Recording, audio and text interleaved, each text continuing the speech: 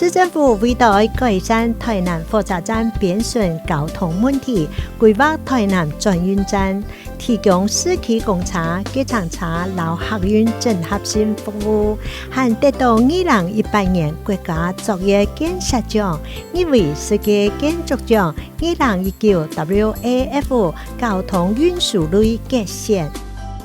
觉得就是在这边搭车比之前安全很多，而且从这里转搭其他交通工具的话也更方便。我觉得来这边搭车变得很方便，而且这个车站其实也蛮有特色的，就是可以利用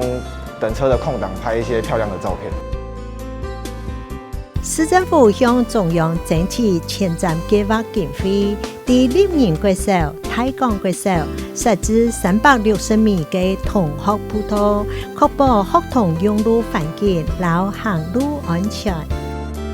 就是在上学的时候，家长陪着小朋友在走通学步道的时候，会变得比较安心。那以前没有通学步道，会变得比較提心吊膽，要擔心車子沒有來啊。那多了通學步道之後，孩子走得會比較安全，也比較放心。鹽水海橋改建工程歷時3年完工，總經費約4.55億元。改建後將橋面拓寬、橋長增加，解決交通檢查問題。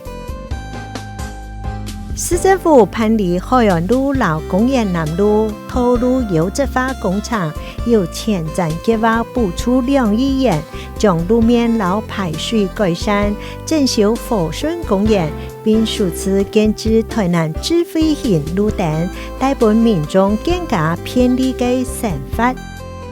和順公園以孔龍作為設計意象，設有孔龍三行區、老孔龍欄造型觀賞區，俾大朋友、小朋友都係一個搞了嘅好地方。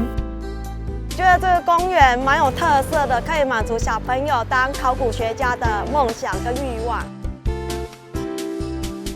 北區區公所和開基玉房宮合作，把玉房里活動中心轉變為正北學堂。明年開設19場次生活美學課程，其中生活法醫課將信徒供奉嘅鮮花名錄變成美麗嘅法醫作品。為了實現北區雙向牽手、搶人共創嘅地方創新願景，北區區公所重新整理台南美國學校舊址，改稱為搶人共創實習龍頭，總經費大約750萬元，並以 American 協議起名為阿媽兒看實習，邀請從後生到研發嘅朋友創業做夢，帶動地方商業發展。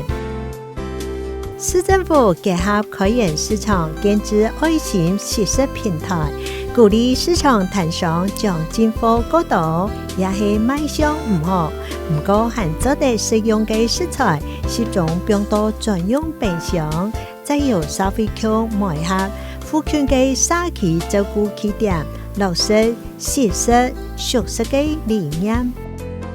感謝有你，台南第一。